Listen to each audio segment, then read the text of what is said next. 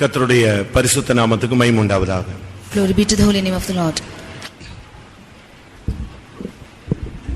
முதலாம் கொரிந்தியர் 15ஆம் அதிகாரம் 31ஆம் வசனத்தை ஒரு விசை நாம் வாசிக்க கேட்கலாம். 1 Corinthians 15 chapter verse 31.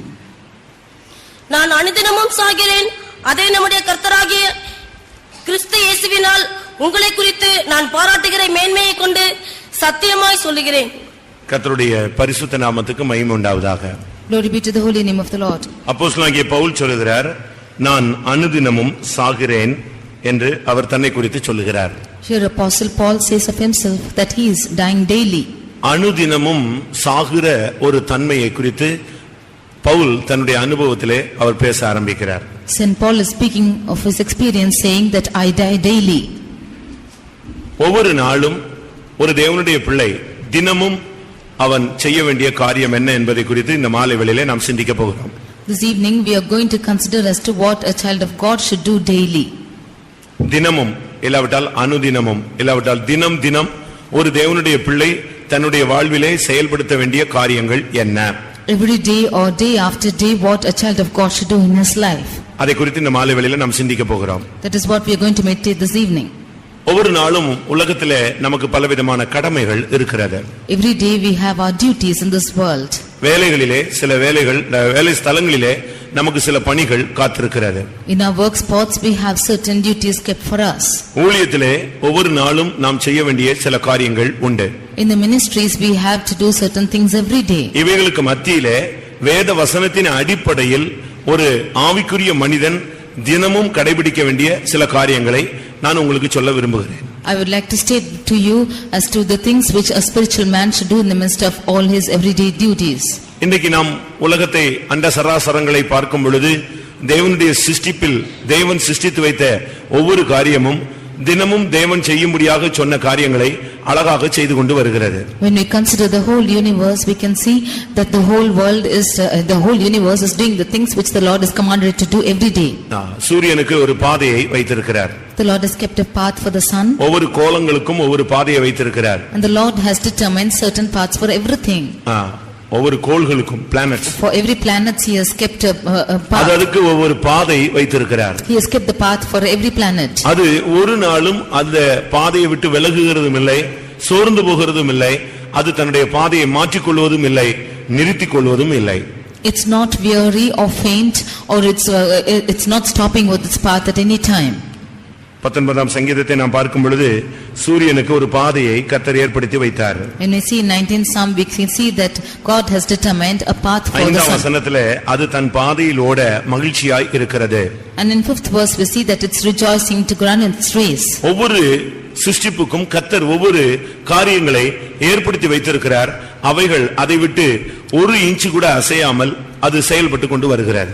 The Lord has ordained certain things for all the creation and without changing its path it is doing its work every day. ஆனால் தேவனுடைய சாயலிலே சிருஷ்டிக்கப்பட்ட மனிதன் மாத்திரமே தேவன் ஏற்படுத்தி வைத்த பிரமாணங்களை விட்டு விலகி போய் கொண்டே இருக்கிறான். But man who is created in the image of God is alone is transgressing the commandments of the law. வேத வசனத்தின் அடிப்படையிலே பழைய ஏற்பாட்டிலும் புதிய ஏற்பாட்டிலும் ஒரு தேவனுடைய மனிதன் தினமும் செய்ய வேண்டிய காரியங்களை நான் உங்களுக்கு முன்பாக வைக்க விரும்புகிறேன். Under the aspect of the word of God I would like to place before you in the Old Testament and the New Testament what a man of God should do every day. சிருஷ்டிகள் எல்லாம் கீழ்ப்படியும் பொழுது சிருஷ்டிக்கப்பட்ட மனிதன் மாத்திரம் கீழ்ப்படியாதிருந்தால் அது நலமாய் இருக்காது. When the whole universe is obeying, if the man who is created, if he is not obeying, then it's not good. முதலாவது பவுல் சொல்லுகிறார், இந்த மார்க்கத்தில் வந்த பின்பு தினமும் ஒரு மரணம் நம்மை சந்திக்க வேண்டும்.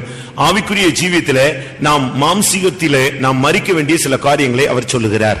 Firstly, St. Paul says that in our spiritual life we should die daily and in our fleshly matters we have to die every day. Pavul சொல்லுகிறார், ஊழியத்தின் பாதையிலே பானபலியாக வார்க்கப்படக்கூடிய இந்த விசுவாச ஊழியத்தின் பாதையிலே சொல்லுகிறார், நான் அனுதினமும் சாகிறேன். St. Paul says in the ministry or in the path of faith that we live every day, I die daily. அது எப்படி டெய்லி சாக முடியும்? How is that you can die daily? Daily பாவம் உயிர் கொள்கிறது. டெய்லி அந்த பாவத்தை மரணத்துக்குள்ளே நாம் அழைத்து செல்ல வேண்டியது அவசியம். Then daily sin is taking its life and we have to take it to its death every day. நமக்குள்ள இருக்கிற சுயம் மரிக்க வேண்டும். The self in us should die. நமக்குள்ள இருக்கிற ஆசைகள் மரிக்க வேண்டும். The desires in us should die. நமக்குள்ள இருக்கிற பெருமைகள் மரிக்க வேண்டும். The pride in us should die. இதுதான் அனுதினம் மரணம் என்று சொல்லுகிறது. நமக்குள்ளே ஒவ்வொரு நாளும் தேவனுக்கு பிரியமில்லாத காரியங்கள் எல்லாம் மரித்துக்கொண்டே வர வேண்டும். This is the death which we say that the Lord which is not pleasing to him, it should die every day. ஒவ்வொரு நாளும் நாம் ஜீவனிலே வளர்ந்து கொண்டே வர வேண்டும். Every day we have to grow on into life. இன்றைக்கு நமக்கு சுயம் மரித்ததா? Today is our self dead.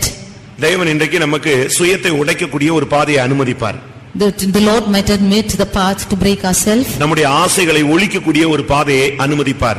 The Lord might admit a path to destroy our desires. நம்முடைய பெருமைகளை உடைக்கக்கூடிய தாழ்த்தக்கூடிய ஒரு பாதையை தேவன் அனுமதிப்பார். The Lord might admit the path to break or to humble ourselves from our pride.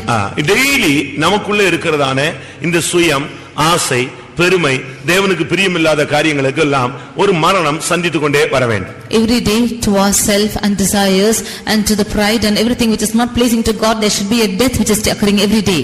நமக்குள்ள அந்த மரணம் வராத பட்சத்துல இந்த மரணத்துக்கு ஏதுவான சக்திகள் எல்லாம் பலன் கொண்டு நாம் மரணத்துக்கு ஏதுவானவர்களாகவே மாறிவிட ஆரம்பிக்க நாம் அப்படிப்பட்ட தன் நிலைமைக்கு தள்ளப்பட்டு விடுவோம். When this death is not taking place, then all the powers which is causing this death will make us to die and we will be pushed into such circumstance. Pavul அனுதினம் மரித்தார், ஆனால் எழுத்தின் பிரகாரம் அல்ல, ஆவிக்குரிய பிரகாரம். Paul died to it, but he not literally but spiritually. ஒவ்வொரு நாளும் அவர் சாகரேன் சொன்னது ஆவிக்குரிய ஜீவியத்திலே உள்ள தோல்விகளுக்கு அவர் மரணத்தை சந்தித்துக் கொண்டே வந்தார். Every day he said, I die daily for all the failures in the spiritual life. இன்னொரு பகுதியில பார்க்கும் பொழுது இயேசு கிறிஸ்துவுக்காக பாடுபட்டு தன்னுடைய சரீர பலனை இழந்து கொண்டே வந்தார். In another angle, he was suffering for the Lord for Jesus Christ and lost his physical strength. ஒவ்வொரு நாளும் இயேசுவுக்காக தன்னை மரணத்துக்கு சமர்ப்பித்துக் கொண்டே வந்தார். Every day he surrendered himself to the death of Christ. அவருக்குள்ள கிறிஸ்துவின் ஜீவன், பரிபூர்ண ஜீவன் பெருகிக் கொண்டே வந்தது. The life and the perfect life of Christ was increasing in him every day. அவர் மரித்தார், கிறிஸ்து அவருக்குள்ள பெருகிக் கொண்டே வந்தார். He died, but Jesus was growing in him. யோவான் ஸ்நானகன் அழகாக சொல்லுகிறார், தன்னுடைய நிலவரத்தை குறித்து சொல்லும் பொழுது, நான் சிறுகவும் அவர் பெருகவும் வேண்டும் என்று அவர் சொல்லுகிறார். John the Baptist, when he says about his experience, he says that he might increase and I might decrease. ஒரு தேவனுடைய பிள்ளையினுடைய ஜீவியத்திலே அவனுக்குள்ளே இருக்கிறதான மாம்சீகத்தின் ஜீவியத்திலே அவனுடைய எழுத்தின் பிரகாரமான வாழ்க்கையிலே அவனுக்குள்ளே இருக்கிற சுயம் ஒவ்வொரு நாளும் சாகணும். In a little man of God, in his fleshly life, in himself should die every day. Ego மரிக்க வேண்டும். Ego should die. நான் என்கிற அகந்தை மரிக்க வேண்டும். The term I should die. நான் என்ற அகந்தை மரிக்காத பட்சத்திலே நாம் அந்த நான் என்கிற அந்த தன்மையிலே போய் கொண்டிருந்தால் ஒரு நேரம் வரும் பொழுது நாம் மிருகமாய் மாறிவிடுவோம். When this pride I will not die, one day we will become a beast. Nebuchadnezzar நான் என்று சொல்லி கடைசியாக இதோ நான் கட்டின மகா பாபிலோன் என்று சொல்லி முடித்த பொழுது அவனை மிருகமாக அனுமதித்து விட்டார். When Nebuchadnezzar said that I have built this great Babylon, and when his eye did not die, the Lord made him into a beast. நமக்கு இன்றைக்கு பெருமைக்கு மரணம் வந்ததா? Today has a death taken place to our pride. ஒரு சிலர்லாம் ரொம்ப பெருமை உள்ளவர்களாக இருக்கிறோம். Some people are too haughty. நம்முடைய உடையில பெருமை இருக்கிறது. We have pride in our dressing. நடையில பெருமை இருக்கிறது. We have pride in our walking. நம்முடைய பேச்சில பெருமை இருக்கிறது. We have pride in our talking. நம்முடைய பார்வையில பெருமை இருக்கிறது. We have pride in our sight. ஊழியத்தின் நிமித்தம் நமக்கு பெருமை இருக்கிறது. Because of the ministry we have pride. நம்முடைய சபையை குறித்த பெருமை இருக்கிறது. We have the pride concerning the church. நம்முடைய ஜாதியை குறித்த பெருமை இருக்கிறது. We have the pride concerning the caste. படிப்பு, திறமை, அழகு எல்லாவற்றை குறித்து நமக்கு பெருமைகள் இருக்கிறது. Education and beauty and everything we have pride upon. நமக்கு இந்த நாட்கள்ல ஒவ்வொரு நாளும் நம்முடைய மாம்சத்தையும் அதன் ஆசை இச்சைகளையும் சிலுவையில் அறைஞ்சுக்கிட்டே வரணும். These days we have to crucify our lust and the flesh on the cross. கலாத்தியர் 5ஆம் அதிகாரத்தில் பார்க்கும் பொழுது கிறிஸ்துவினுடையவர்கள் தங்கள் மாம்சத்தையும் அதன் ஆசை இச்சைகளையும் சிலுவையிலே அறைந்திருக்கிறார்கள் என்று 5:24 பவுல் பேசுகிறார். In Galatians 5:24 St. Paul speaks saying that those who are Christ have crucified the flesh with the affection and lust. ஒவ்வொரு நாளும் இதை நாம் சிலுவையில் அறைந்து கொண்டே இருக்க வேண்டும். We have to crucify every day. சிலுவையில் அறைய தான் ஒரு மரணம் சம்பவித்துக் கொண்டே இருக்கும். Only as long as we are crucified on the cross, death will take place every day. இயேசு கிறிஸ்து சிலுவையிலே தொங்கினார். அந்த சிலுவைக்கு மேலாக ஒரு மேல் விலாசம் தொங்கவிடப்பட்டிருந்தது. Jesus hanged on the cross and above the cross was an address written. என்ன இருந்தது? What was it? இயேசுவுக்கு இருந்தது, ஒரு பாஸ்டர் சொன்னாரு, இயேசுவுக்கு ஒரே ஒரு பெருமை தான் இருந்துச்சாம். Jesus had only one pride. நீர் யூதருடைய ராஜாவா என்று கேட்டபோது என்ன சொன்னாரா? ஆம், நீர் சொன்னபடி நான் யூதருடைய ராஜாதான். He was asked whether he was the king of the Jews. He said, yes, I am the king of Jews. அந்த வார்த்தையை சொன்னது அதே வார்த்தையை அங்க சிலுவையில் நெஞ்சிட்டான், அடிச்சு தொங்க வச்சிட்டாங்க. Even that same word was hanged on the cross. இன்னொரு பகுதியில பார்க்கும் பொழுது, and if you see on the other hand, ஒருவனை சிலுவையில தொங்க விடும் பொழுது என்ன காரணத்துக்காக சிலுவையில தொங்க விடுகிறோம்ங்கறத மேல தொங்க விட எழுதி போடணும். when one is hanged on the cross, it should be written on the cross as to why what's the reason he is hanged for. அதனால தான் இயேசுவின் சிலுவைக்கு மேல INRI ன்னு போட்டுருந்துச்சு, அப்படிதானே? That is why upon the cross of Jesus was written INRI. இன்னைக்கு கூட ஒரு சிலர் எல்லாம் கல்லறையில சிலுவை நாட்டி INRI ன்னு போட்டு வச்சிருவாங்க. Even some of them will put on INRI above the cross. ஒரு சிலர் RIP ன்னு போடுவாங்க. Some of them write it RIP. அது மரியாதையான வார்த்தை, rest in peace. That is rest in peace. ஆனா INRI ன்னு போட கூடாது.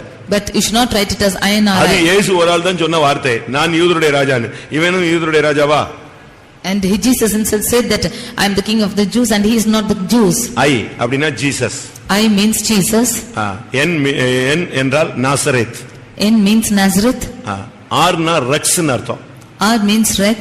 ரெக்ஸ் னா கிங், ராஜா. Rex means king. I ன்னு சொன்னா இதுமேயா. இதுமேயா.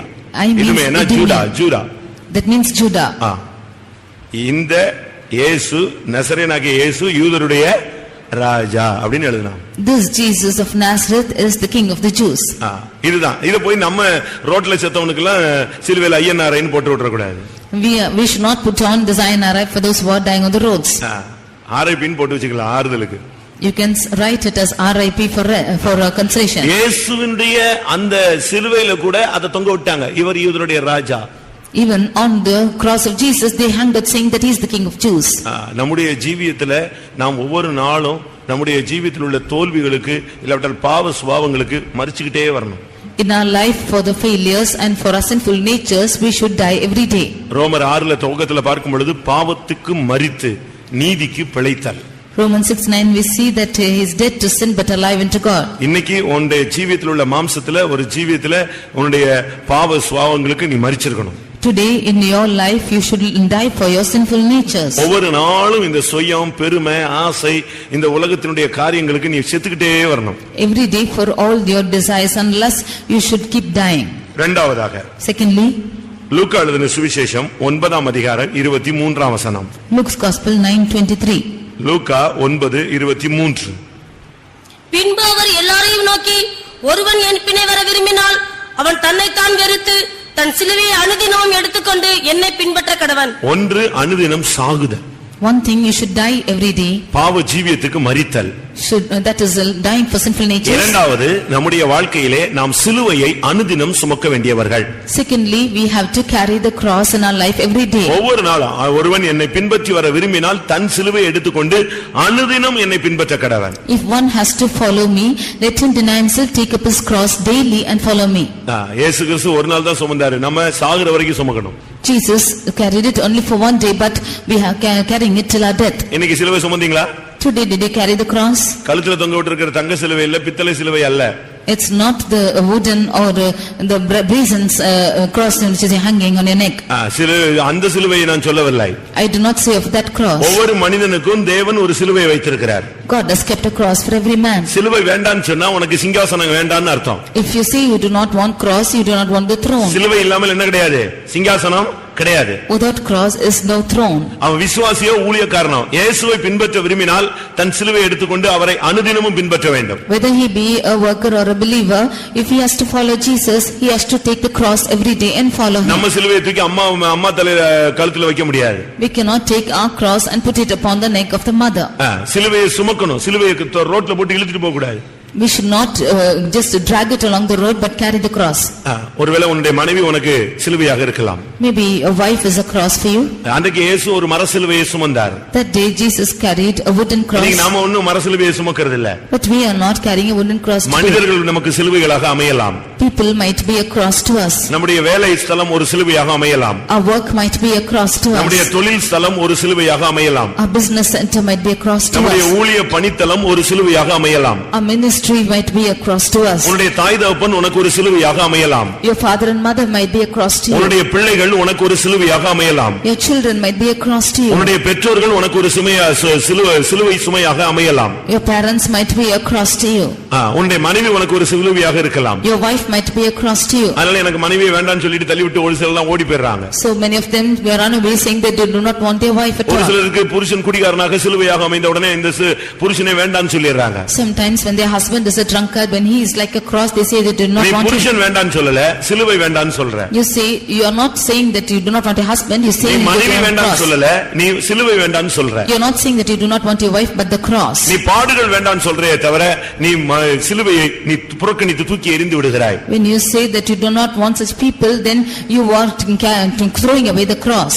நீங்க சிலுவையை காரணம் முன்னிட்டும் நீங்கள் தினமும் சுமக்காமல் இருக்கவே கூடாது. With no reason you should not carry the cross every day. பாடுகளை நீங்க சந்தோஷமா ஏற்றுக்கொள்ள வேண்டும். You should take the sufferings as with joy. நம்முடைய சிலுவையை நம்ம தான் சுமக்கணும். அது வெயிட் பண்ணிட்டே தான் இருக்கும் நமக்காக. Cross will be waiting for us, we only have to carry it. இந்த சிலுவைக்கு ஒரு பிரமாணம் உண்டு. The cross has a law. ஒன்று நீ அதை சுமந்து கொண்டு போவது. You should carry the cross. ஒரு குறிக்கப்பட்ட நேரத்துக்கு பிறகு அது உன்னை சுமக்க வேண்டும். After a certain period of time that cross will carry you. அரண்மனையிலிருந்து Golgotha வரைக்கும் இயேசு சுமந்தார். கொல்கதாவிலே மரண வரை அது அவரை சுமந்தது. And from the palace even unto Golgotha Jesus carried the cross, but after that even until his death it carried him. அந்த சிலுவைக்கு ஒரு எடை இருந்தது. There is a weight for that cross. அதாவது இவரும் சுமக்க முடிய வேண்டியதா இருக்கணும். இவரை தூக்கி அதுல வச்சு அடிச்சா அது உடைஞ்சு விடாம அவருடைய எடையும் அதை தாங்க வேண்டும். He should be able to carry this cross, and when this cross is big, when he is laid on that cross should not break. அப்படியானால் உன்னுடைய ஆவிக்குரிய அந்த அழைப்புக்கு ஏற்ற சிலுவை, அந்த வெயிட்டுக்கு ஏற்ற சிலுவை, உன்னுடைய அழைப்பின் வெயிட்டுக்கு ஏற்ற மாதிரி உனக்கு சிலுவையின் வெயிட்டும் இருக்கும். According to the measure or the weight of your calling, that cross will be there. உன்னுடைய அழைப்பு விலையேற பெற்றதாக இருந்தா அதுக்கு ஏற்ற மாதிரி வெயிட் கூடின சிலுவை தான் கர்த்தர் உனக்கு தருவார். ஏனென்றால் நீ பெறப்போகிற நித்திய கனமகிமை அதை விட மகிமையானது. If that cross is if your calling is a precious calling, then he will give a cross according to that weight, because the eternal glory that you are going to obtain. முருங்கை மரத்துல ஒரு சிலுவையை செஞ்சு நீ சுமந்து போறது ரொம்ப சுலபமாக இருக்கும். It will be good that you are making the cross and carrying it. அப்படிதானே? முருங்கை மரத்துல ஒரு சிலுவையை சுமந்துட்டு உன்னை தூக்க சொன்னா நீ அழகா ஒத்த கையில தூக்கி போட்டு போயிட்டே இருப்ப. If you are going to make the cross after the drumstick, then it will be easier for you to carry. ஆனா அதே சிலுவையில உன்னை தூக்கி அடியும் போது அது ஒடிஞ்சு உன்னை குப்புற கீழ தள்ளி விட்டுரும். But when you have to be nailed on the cross, then it will push you down. ஆனபடியால் டெய்லி சிலுவையை கர்த்தர் உனக்கு நியமித்த அந்த பாடு அந்த வேதனை அதை நீ கரெக்டா அழகா நீ சுமந்துட்டே போகணும். Every day sufferings you have to carry, and the cross you have to carry every day. நீங்க பாத்தீங்கன்னா ஒரு சமையல் பண்ணும்போது எல்லாத்துக்குமே ஒரு ரேஷியோ வச்சிருக்காங்க, mixing. When they are cooking, they have a certain ratio of mixing everything. இதுல ஒன்னு கூடும்போது ஒன்னு குறையும் போது எங்கயாவது ஒன்னு தகராறு பண்ணிட்டே இருக்கும். When something is increasing or decreasing, some default is taking place. அதுபோல ஒவ்வொரு மனிதனுடைய வாழ்க்கையிலும் இன்பத்தையும் துன்பத்தையும் கர்த்தர் மெஷர் பண்ணி கரெக்டா வச்சிருக்கிறார். அவனுடைய அழைப்புக்கு ஏத்த மாதிரி, இல்லாவிட்டா அவன் போய் சேரக்கூடிய மகிமையை பொறுத்து அவனுக்கு இந்த பாதையில இந்த இன்பம் துன்பம் ரெண்டு இணைந்து வைத்திருக்கிறார். Even so, the Lord has kept the happiness and sorrow to a man in its measure according to his calling that he has obtained. ஒரு சில சிலுவையை வெட்டி எறிஞ்சிடறாங்க. Some of them put away their cross. ஒரு சில சிலுவை வேண்டாம்னு தூக்கி போட்டு போயிடுறாங்க. Some of them cast it off saying they do not want. அப்படி நீங்க உங்களுடைய வாழ்க்கையில சிலுவை வேண்டாம், பாடுகள் வேண்டாம், வேதனை வேண்டாம்னு ஒதுக்குனீங்கன்னு சொன்னா மகிமை வேண்டாம், தெய்வீக சிங்காசனம் வேண்டாம், பரலோகம் வேண்டாம்னு சொல்லி நீயே உன்னை புறக்கணித்துக் கொள்ளுகிறாய். If you say that you do not want the sorrows, if you do not want the sufferings, and you cast away this cross, then you yourself are putting away the glory and the heavenly throne that is kept for you. நான் ஏற்கனவே சொல்லி இருக்கிறேன்னு நினைக்கிறேன். I have already said. ஒருவேளை உங்களுக்கு சிலருக்கு தெரிந்திருக்கலாம். And you might also know. ஒரு மனிதன் புறப்பட்டு போனானா.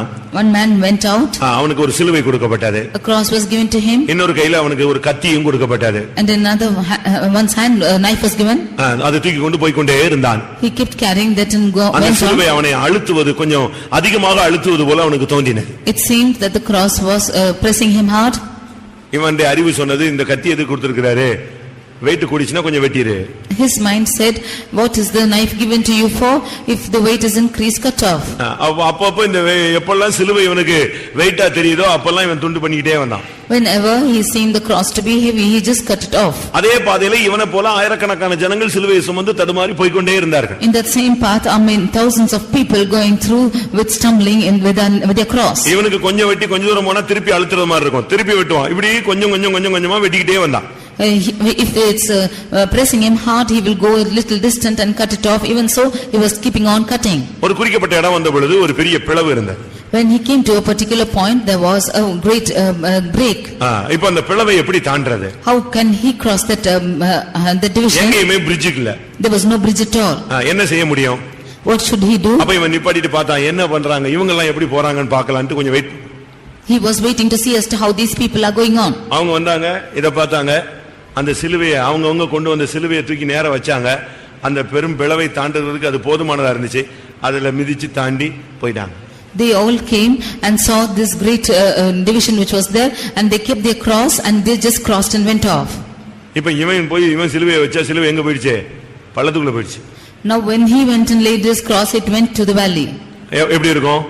How it would be? கடைசியில இவ்வளவு தூரம் பயணப்பட்டு வந்து அவன் அந்த பெரும் அந்த பிளவை தாண்டி போக முடியாமல் பரிதபிக்கப்பட்ட ஒரு நிலவரத்தில் நின்று விட்டான். Now journeying thus far, he was not able to cross that breakage, and therefore he could not go forward. சிலுவை வேண்டாம் என்று நீ ஒதுக்கி விட்டால் உன்னுடைய இலக்கை நீ தொட முடியாது. If you say you do not want the cross, you cannot go and reach your goal. ஒன்று அனுதினம் சாகுதல். One is dying daily. இரண்டாவது அனுதினம் சிலுவையை சுமத்தல். Secondly, carrying the cross daily. மூன்றாவதாக Thirdly, அப்போஸ்தலருடைய நடபடிகள் 2ஆம் அதிகாரம் 46ஆம் வசனத்தை பார்க்கும் பொழுது Acts 2:46, அவர்கள் ஒருமனப்பட்டவர்களாய் தேவாலயத்திலே அனுதினமும் தரித்திருந்து அவர்கள் ஒருமனப்பட்டவர்களாய் தேவாலயத்திலே அனுதினம் தரித்திருந்தார்கள். they continued daily with one accord in the temple. அப்போஸ்தலர் காலங்கள் ஆரம்ப ஆதி அப்போஸ்தல காலங்கள்ல ஜனங்கள் டெய்லி ஃபைத்தம் போவாங்க. In the early apostolic days, the people used to go to the house of God every day. Daily தேவாலயத்துக்கு அவங்க போயிடுவாங்க. They used to go to the temple of God every day. அவங்களுடைய வாழ்க்கையில அது ஒரு அங்கமாக அமைந்திருந்தது. That was the experience in their life. அவங்களுக்கு மனைவி பிள்ளைகள் வீடு வாசல் சொத்து நிலம் எல்லாம் உண்டு. ஆனா இவைகளுக்கு மத்தியில தினமும் ஒரு விசையாவது தேவாலயத்துக்கு போகாம இருக்க மாட்டாங்க. They had their husband, wife, children and their lands and houses, but they will not be without going to the temple. அது தேவனுடைய பிள்ளைகளுடைய ஒரு பழக்கம். That is the practice of the children of God. ஆவிக்குரிய ஜீவியம் நல்லா இருந்துச்சுன்னு சொன்னா டெய்லி ஒருத்தன் தேவனுடைய வீட்டுக்கு வருவான். When you have a good spiritual life, every day you will come to the house of God. அந்த மாசத்துக்கு ஒரு தடவை வர்றது, இல்லாவிட்ட கிறிஸ்துமஸ்க்கு வர்றது, நியூ இயருக்கு வர்றது, ராபோஜனத்துக்கு வர்றது, அப்படி அல்ல. தினமும் நீ தேவனுடைய வீட்டை போய் சந்திக்கணும். Coming once in a month or for New Year or for a communion like this, you should not be like this, but come every day and visit the faith home. தாவீது தினமும் தேவனுடைய ஆலயத்துல போய் எப்பவும் ஆண்டவருடைய சமூகத்துல போய் தரிசிச்சிட்டு வருவான். David went every day to the temple of God and he used to see God and come. அவனுடைய மைண்ட் ஃபுல்லா தேவாலயமாகவே இருந்தது. His mind was totally upon the temple of God. நீங்க லூக்கா எழுதின சுவிசேஷத்துல பார்க்கும் பொழுது சிமியோனை குறித்து சிமியோன் என்கிற ஒரு தேவனுடைய மனிதனை நீங்கள் பார்க்கலாம். When you see in the Luke's gospel, we read about a man called Simeon. அவனுக்கு தேவாலயத்தில் இருக்கிறதா ரொம்ப பிடிக்கும். He was always in the temple of God. 2ஆம் அதிகாரத்தில் நாம் பார்க்கும் பொழுது 27ஆம் வசனத்திலே அவன் ஆவியின் ஏவுதலினால் தேவாலயத்தில் வந்திருந்தான். He was with the urging of the Spirit. In Luke 2:27 we see that he came to the temple of God. லூக்கா 2ஆம் அதிகாரத்தில் 37ஆம் வசனத்தை பார்க்கும் பொழுது In Luke 2:37 புதிய ஏற்பாட்டு அன்னாளை குறித்து சொல்லி இருக்கிறது. we see about the New Testament Anna. அவள் தேவாலயத்தை விட்டு நீங்காமல் அங்கேயே இருந்தாள். She was in the temple of God without departing from it. இவர்கள் எல்லாம் தேவாலயத்தில் போன பொழுது இயேசுவை கண்டுகொண்டார்கள். They all went to the temple of God and saw Jesus. ஒரு விசுவாசி ஒரு ஊழியக்காரன் தேவனுடைய மகிமையான வருகையை பார்க்கணும், இயேசுவை பார்க்கணும்னு ஆசைப்பட்டா டெய்லி தேவனுடைய வீட்ல once visit பண்ணணும். If a believer should or the child of God should see Jesus, then he has to visit the temple of God every day. சென்னையில எல்லாம் நான் இருந்திருக்கிறேன். எப்படியாவது டெய்லி எங்கேயாவது சுத்திட்டு வந்து ஃபெய்தம்ல தலைய காட்டிட்டு போவான். சோத்திரம் பாஸ்டர் பிரதர் இப்படி வந்தேன் பார்த்தேன். அவனுக்கு அந்த தேவனுடைய வீட்டை பார்க்கணும். I was in Chennai. Somehow he will go around and come and visit the faith home, and he will say praise the Lord and he'll go.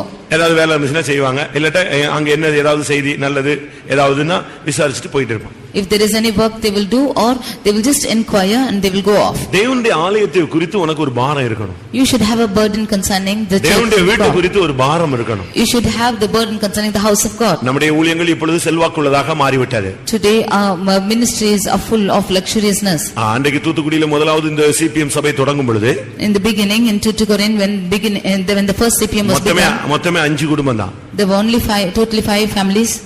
அவங்க தான் அந்த சபைக்கு தூண்களே. They are only pillars of the church. அதுல ஒருத்தர் வந்து வாத்தியார். And one of them was a teacher. அவங்க மனைவியும் teacher. His wife is also a teacher. ரெண்டு பேரும் மத்தியானம் சாப்பாட்டுக்கு வீட்டுக்கு வருவாங்க.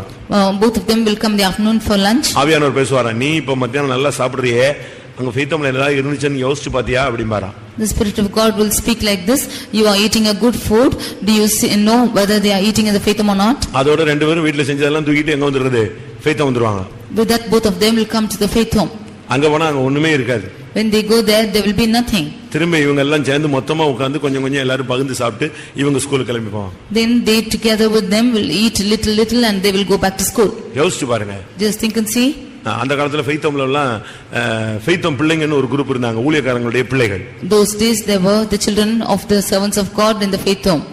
அப்பலாம் அவங்க விசிட்டிங் போனா, when they used to go for visiting, அங்க ஏதாவது பன்னு கொடுத்தா அதை எடுத்து கொண்டு வந்து தான் இந்த ஃபெய்த்தம் பிள்ளைகளுக்கு சாப்பாட்டுக்கு கொடுப்பாங்க. If they are given a bun or something, when they are going for visiting, they will bring and for this faithom children and feed them. இப்படி தான் அந்த காலங்களிலே விசுவாச வீட்டை குறித்த ஒரு வெளிச்சத்தை தேவன் தம்முடைய ஜனங்களுக்கு கொடுத்தார்.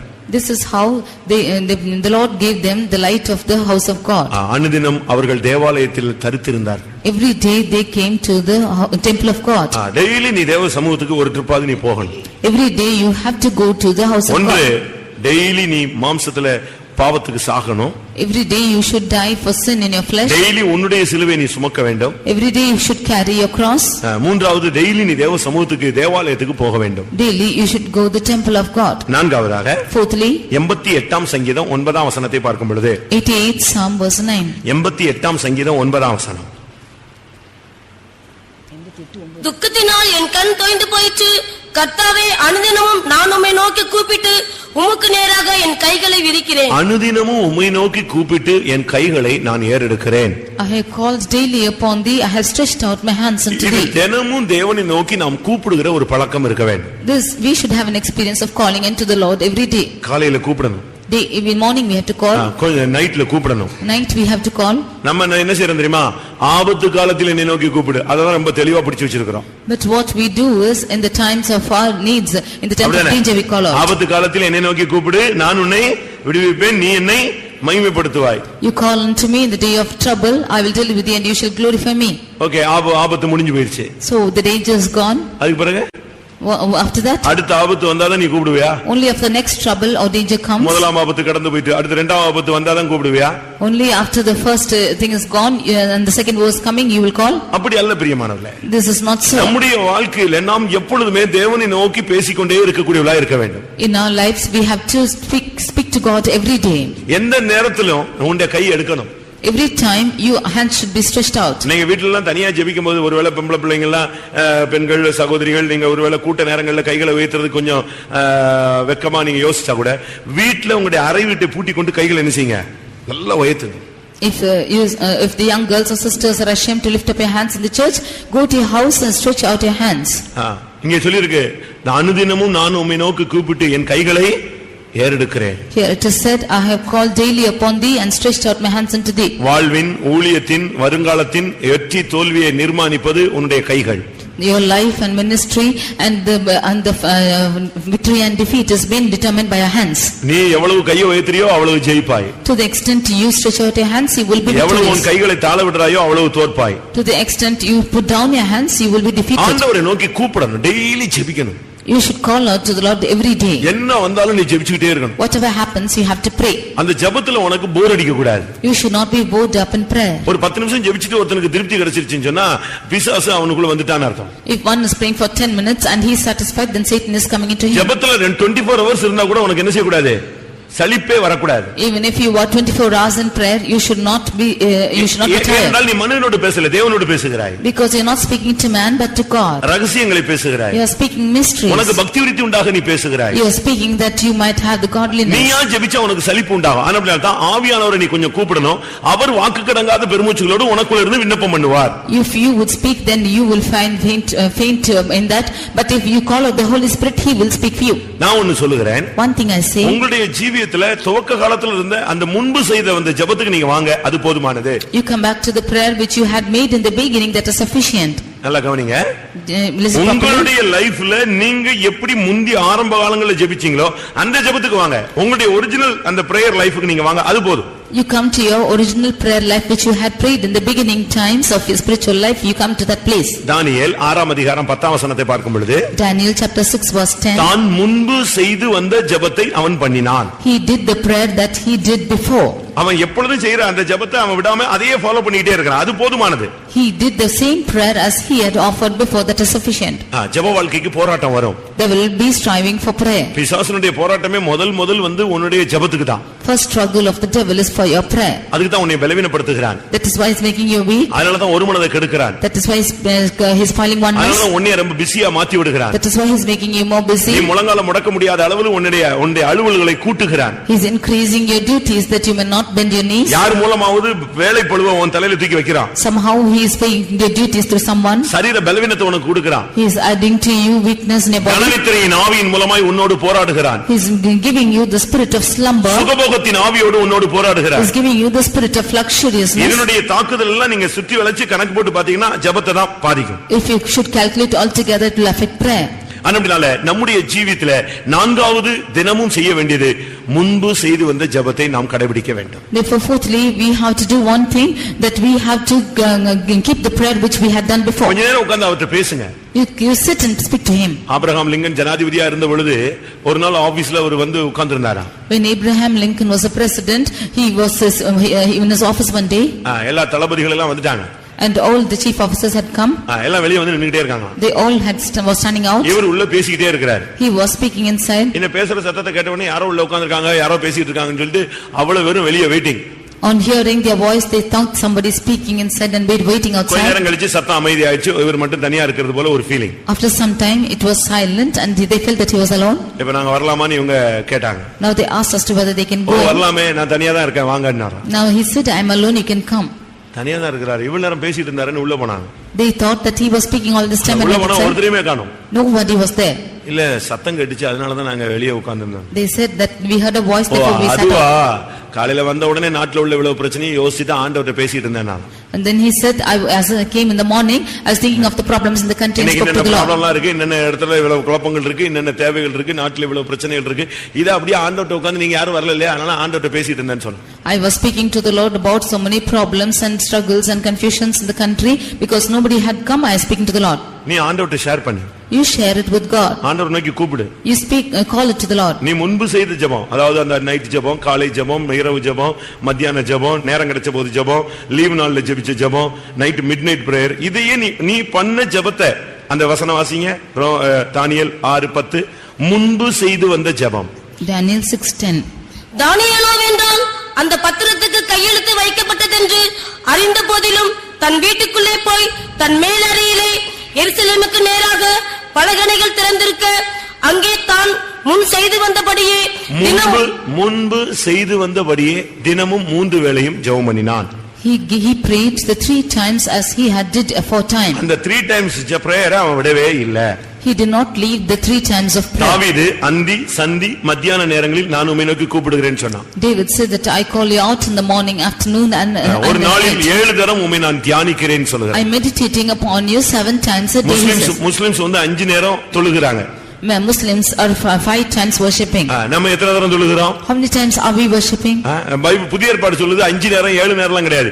இடைவிடாமல் ஜெபம் பண்ணுங்கள். The New Testament says not 5 and 7 times but without நீயே தேவனுடைய ஆலயம். ஏனென்றால் நீயே தேவனுடைய ஆலயம். Because you are the temple of God. நீ ஒரு பலிபீடம். And you are the altar. உனக்குள்ளே அக்கினி அவிய கூடாது. And the fire should not be quenched in you. எப்பொழுதும் உனக்குள்ளே அந்த விளக்கு எரிஞ்சிட்டே இருக்க வேண்டும். And this light should always keep burning in you. இரவும் பகலும் நீ தேவனை நோக்கி கூப்பிட்டு உன் கைகளை தளர விடாமல் அனுதினமும் ஏறெடுத்துக் கொண்டே இருப்பாயாக. You should cry out to the Lord day and night and lift up your hands without ceasing. Daily ஒரு 10 நிமிஷம் கை வைத்து ஜெபம் பண்ணுங்க. You lift up your hands every day for 10 minutes and pray. Daily ஒரு 10 நிமிஷம் முழங்கால் போட்டு ஜெபம் பண்ணுங்க. Every day for 10 minutes kneel down and pray. Daily 10 நிமிஷம் கண்ணீர் விட்டு ஜெபம் பண்ணுங்க. Every day 10 minutes you cry out and pray. Daily 10 நிமிஷம் சபைக்காக ஜெபம் பண்ணுங்க. Every day for 10 minutes you pray for the church. Daily 10 நிமிஷம் உங்க பிள்ளைகளுக்காக ஜெபம் பண்ணுங்க. Every day for 10 minutes you pray for your children. Daily 10 நிமிஷம் உனக்காக ஜெபம் பண்ணுங்க. Every day for 10 minutes you pray for yourself. இப்படி 10 போட்டுட்டே வாங்க. அது பாட்டுக்கு 2 மணி நேரம் 3 மணி நேரம் போயிட்டே இருக்கும். If you keep 10 and 10 minutes like this, it will go on for 2 or 3 hours. நீங்க இத பிராக்டீஸ் பண்ணி ஆக வேண்டும். If you practice like this, it will happen. Daily நீங்கள் முன்பு செய்து வந்த ஜெபத்தை நீங்கள் பண்ண வேண்டியது கடமை. You have to do the prayer which you have did for time every day. இன்னைக்கு अनेகர் ஆரம்ப காலங்களில் உள்ள ஜெபத்தை விட்டுட்டு இப்ப ஸ்டைலா 10 நிமிஷம் 2 நிமிஷம் ரோட்ல நின்னுக்கிட்டு ஜெபமிட்டு கிளம்பி போறான். Many of them leave their prayers which they had done before and 2 or 3 minutes even on the road they sit and pray. குளிக்கிறதுக்கு நேரம் இருக்கு, சாப்பிடுறதுக்கு நேரம் இருக்கு, Dress பண்ண நேரம் இருக்கு, தூங்குறதுக்கு நேரம் இருக்கு. எதுக்கு மட்டும் தான் டைம் கிடையாது இப்போ? ஜெபம் பண்ணதுக்கு மட்டும் தான் இல்ல டைம் இல்ல. They have time for eating, drinking and sleeping and for everything they have time, only for prayer they have no time. பிசாசு அப்படி நம்மை மாற்றி வைத்திருக்கிறான். Satan has converted us like this. நான் அனுதினமும் தினமும் உம்மை நோக்கி கூப்பிட்டு என் கைகளை ஏறெடுக்கிறேன். I call out unto thee daily and I have stretched out my hands. எந்த சூழ்நிலையிலும் உன்னுடைய ஜெபத்தை டெய்லி நீ விட்டுறவே கூடாது. டெய்லி நீ அதை ஜெபிச்சிரணும். In all situations you should not leave your prayer, you should pray every day. ஏனா வெற்றி தோல்வியில் உள்ள வேதனையும் சந்தோஷமும் உனக்கு தான் தெரியும். Because you only know the joy and the happiness in the victory and defeat. தேவன் நீ ஜெபிச்சியா இல்லையான்னு கேக்குறதை விட உன் மனசாட்சி கேட்கும் இன்னைக்கு நீ ஜெபிக்கலன்னு சொல்லும். More than God asking you whether you prayed or not, your conscience will ask you have not prayed. காலையில எங்கயாவது போய் முட்டிட்டீனா உடனே சொல்லும் பாத்தியா காலையில ஜெபிக்கல பாத்தியா அப்படினு தான் சொல்லும். If you go and dash against anything, immediately your conscience will say that you have not prayed. அதுவே உன்னை குத்தி ஊடுருவி ஒரு வழி பண்ணிரும். That itself will pierce you and make you one way. அப்படி ஒரு சான்ஸ்க்கு நீங்க இடம் கொடுக்க கூடாது. Do not give room for such a thing. உங்கள் இருதயமே உங்களை குற்றவாளியாக தீர்க்குமானால் தேவன் அதிலும் பெரியவராக இருந்து உன்னை நியாயம் தீர்ப்பார். If your heart itself is convicting you of your sins, then the Lord being above will judge you. என்னாகமம் 4ஆம் அதிகாரம் 16ஆம் வசனம். Numbers 4th chapter verse 16. நாம் தினமும் செய்ய வேண்டிய 8 காரியங்களை நான் உங்களுக்கு சொல்லுகிறேன். I tell you of 8 things which we have to do every day. தினமும் பிசாசு செய்கிற 2 காரியங்களை சொல்லுகிறேன். I tell you of the things which Satan is doing every day. தினமும் தேவன் செய்கிற 2 காரியங்களை உங்களுக்கு சொல்லுகிறேன். I tell you of the 2 things which the Lord is doing every day. நான் இப்ப நாம் செய்ய வேண்டிய காரியங்களை 4 காரியம் இப்ப நான் சொல்லி இருக்கிறேன். I have told you of the 4 things we have to do. ஒவ்வொரு நாளும் நீ மரிக்க வேண்டியது அவசியம். Every day you will have to ஒவ்வொரு நாளும் நீ சிலுவையை சுமக்க வேண்டியது அவசியம். You will have to carry the cross every day. ஒவ்வொரு நாளும் நீ தேவாலயம் போக வேண்டியது அவசியம். Every day you should go to the temple of God. ஒவ்வொரு நாளும் நீ தேவனை நோக்கி முன்பு செய்தது போல ஜெபிக்க வேண்டியது அவசியம். Daily you have to pray as you had did aforetime. என்னாகமம் 4ஆம் அதிகாரம் 16ஆம் வசனம். Numbers 4:16. ஆசாரியனாகிய ஆரோனின் குமாரன் எலியாசார் விளக்குக்கு எண்ணெயையும் சுகந்த தூப வர்க்கத்தையும் தினந்தோறும் இடும் போஜன பலியையும் தினந்தோறும் இடும் போஜனம் பலி. Daily meat offering. ஒரு ஆசாரியன் என்று சொல்லுகிறவன் தினந்தோறும் போஜன பலி செலுத்த வேண்டும். A priest should offer meat offering every day. வெளிப்படுத்தல் 1ஆம் அதிகாரம் 6ஆம் வசனத்தின்படி நாம் ஒவ்வொருவரும் ஆசாரியர்கள். Revelations 1:6 we are all the priests. இயேசுவின் இரத்தத்தினால் கழுவப்பட்ட ஒவ்வொருவரும் ஆசாரியர்களே. We have been washed by the blood of Christ, you are all the priests. இயேசுவின் இரத்தத்தினால் கழுவப்பட்ட ஒவ்வொருவரும் டெய்லி போஜன பலியை செலுத்த வேண்டியது அவசியம். Then all those who have been washed by the blood of Jesus should every day may offer this meat offering. அது என்ன போஜன பலி? What is this meat offering? போஜன பலி என்பது தேவ சித்தத்தை காண்பிக்கிறது. Meat offering shows the will of God. ஒவ்வொரு நாளும் ஒரு தேவனுடைய பிள்ளை தேவ சித்தம் என்னதென்று பகுத்தறிந்து அதை செயல்படுத்த வேண்டியது அவசியம். Every day a child of God to discern what is the will of God and have to do it. நன்மையும் பிரியவுமான பரிபூர்ணமான தேவ சித்தம் இன்னதென்று நீங்கள் முதலாவது பகுத்தறியுங்கள். You have to discern what is good and perfect will of God. ரோமர் 12ஆம் அதிகாரம் 1ஆம் வசனத்தில் நீங்கள் இதை பார்க்க முடியும். Romans 12 chapter verse 1 we can see this. உங்கள் 2ஆம் வசனத்தில் நாம் பார்க்கும் பொழுது verse 2 நன்மையும் பிரியமும் பரிபூர்ணமான தேவ சித்தம். What is good and acceptable and perfect will of God. இயேசு சொன்னார் நான் ஒரு போஜனம் எனக்கு ஒரு போஜனம் ஆயத்தமா இருக்கிறது என்று சொன்னார். Jesus said that I have a meat prepared for me. தேவ சித்தம் செய்கிறதே என்னுடைய ஆகாரம் என்று சொன்னார். To do the will of God is my meat.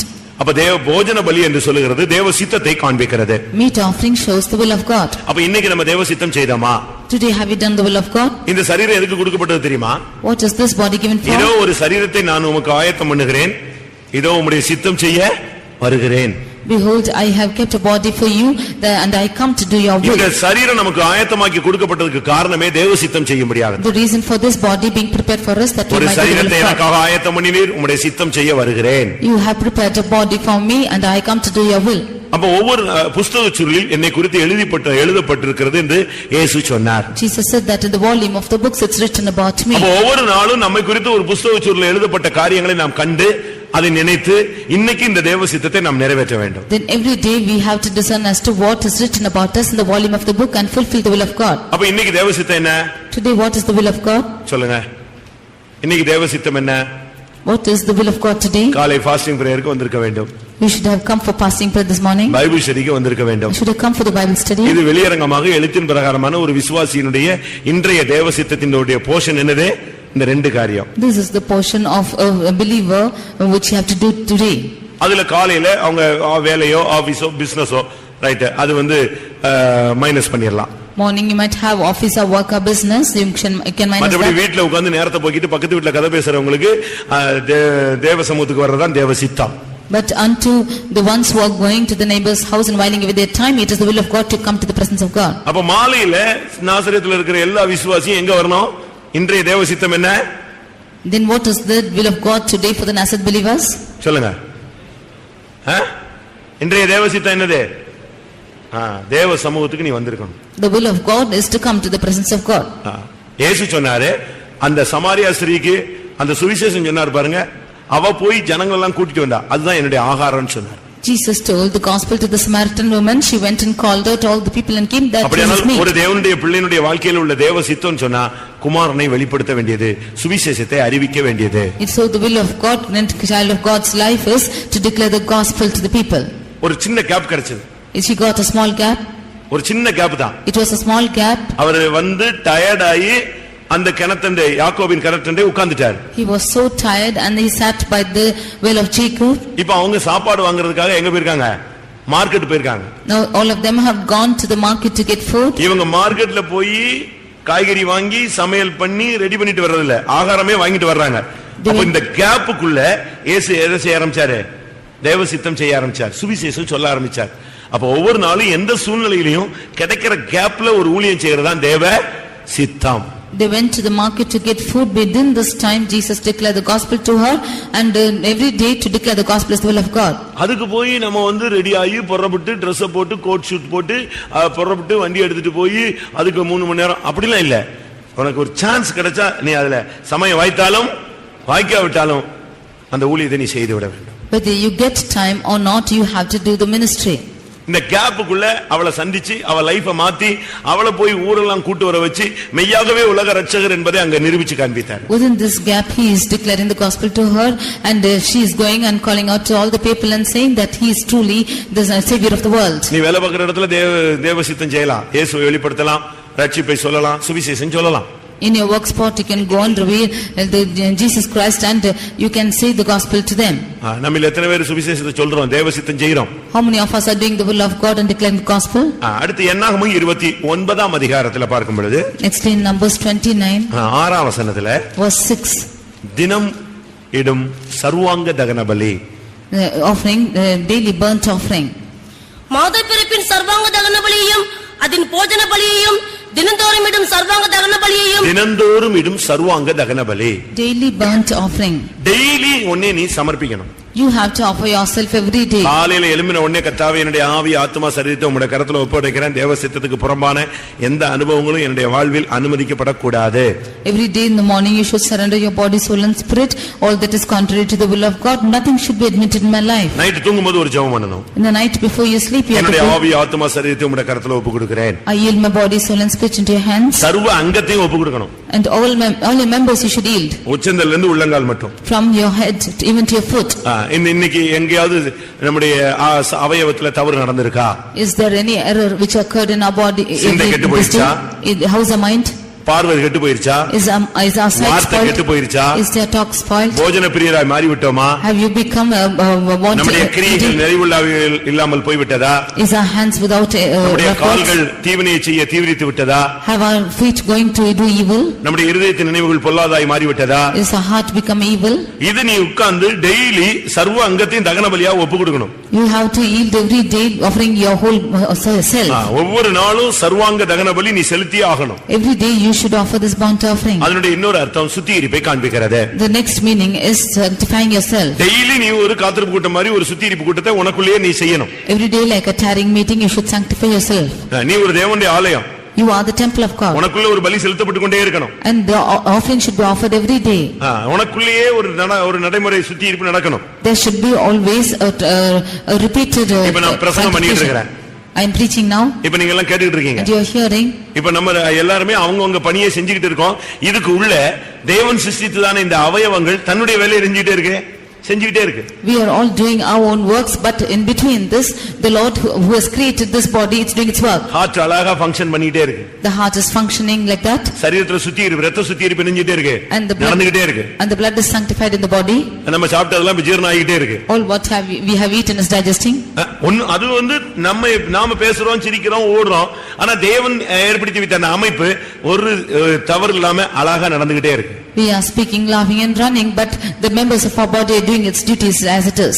Heart எப்ப ஃபங்க்ஷன் நிப்பாட்டுதோ அப்போ இவன் செத்துட்டான் அர்த்தம். When the heart is stopping its function, he is dead. அதுபோல என்னைக்கு ஒரு விசுவாசி சுத்திகரிப்பு நிறுத்தினானோ அன்னைக்கு அவன் செத்துட்டான், ஆவிக்குரிய மரணம் வந்துருச்சுன்னு அர்த்தம். Like this, whenever a believer is stopping his sanctification, he is spiritually dead. Daily ஒரு சுத்திகரிப்பு உனக்குள்ள நடக்கணும். Every day there should be sanctification in you. படுக்கைக்கு போறியா, உன் கூட ஆண்டவர் இருக்காரான்னு பாரு.